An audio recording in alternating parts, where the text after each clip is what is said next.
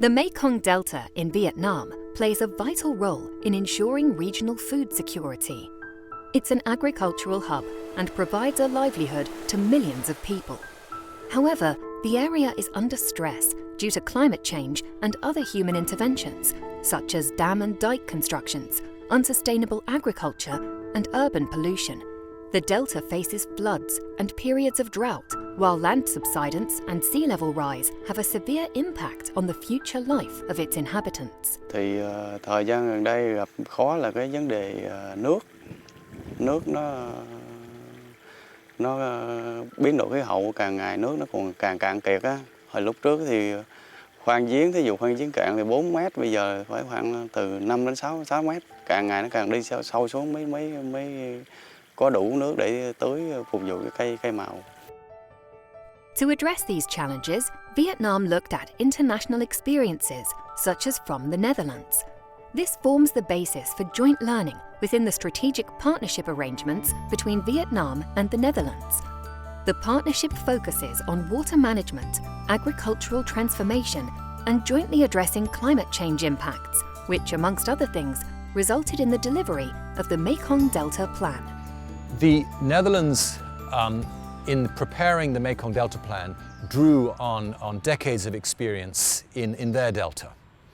And although the environmental conditions are different, many of the principles are very similar.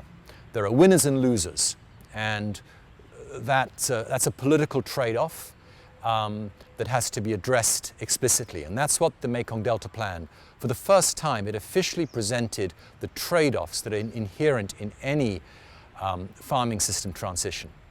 And that provided guidance, strategic guidance, not only to the government of Vietnam, but also to development partners such as IUCN to direct their investments in the Delta. Together with other development partners, the Netherlands and Vietnam have been working on planning, policy advice, and pilot projects. After the delivery of the Mekong Delta Plan in 2013, the government of Vietnam took important steps to work towards a sustainable and climate-resilient future for the Mekong Delta. One of the focus areas is to find solutions for the increasing salinity of water. Longer periods of drought, upstream hydropower dams, and sand mining are important drivers for increased salinity intrusion, with major effects on farmers and their livelihoods.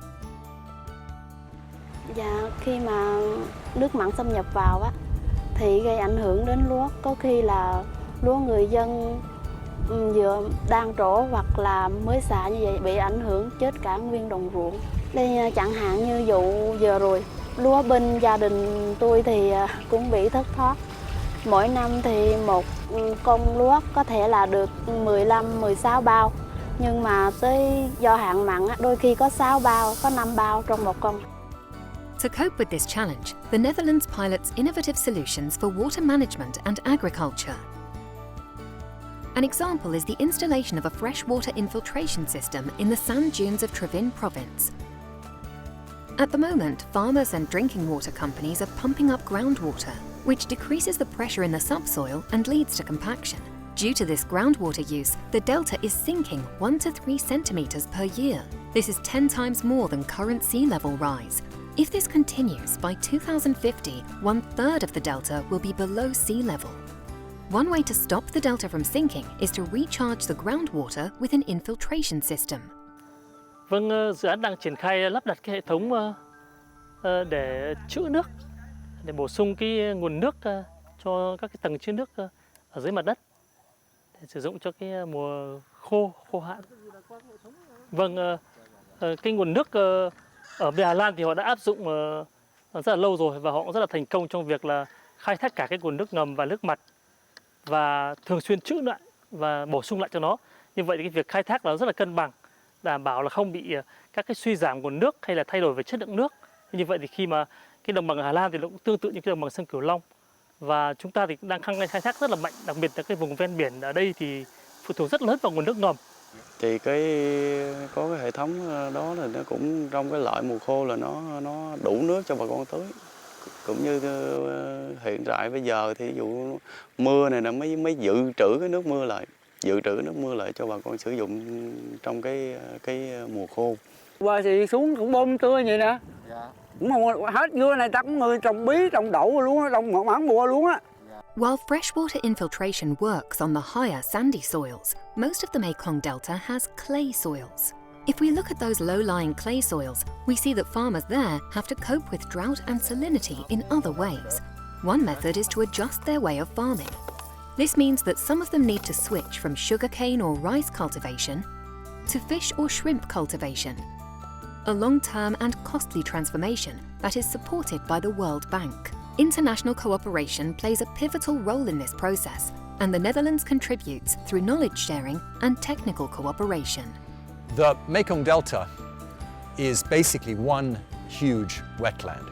So its water, natural flows, form the foundation of the ecosystem and the natural productivity. So once you start modifying the hydrology, that has impacts, often unexpected impacts, across the delta. And so restoring the hydrological integrity of the delta, really that's the heart of the Mekong Delta program. And that has big economic benefits and social benefits and biodiversity benefits across the delta, both in the freshwater rice-growing areas, but also in the brackish shrimp areas. Adaptation to climate change in our vulnerable deltas is an ongoing and challenging process.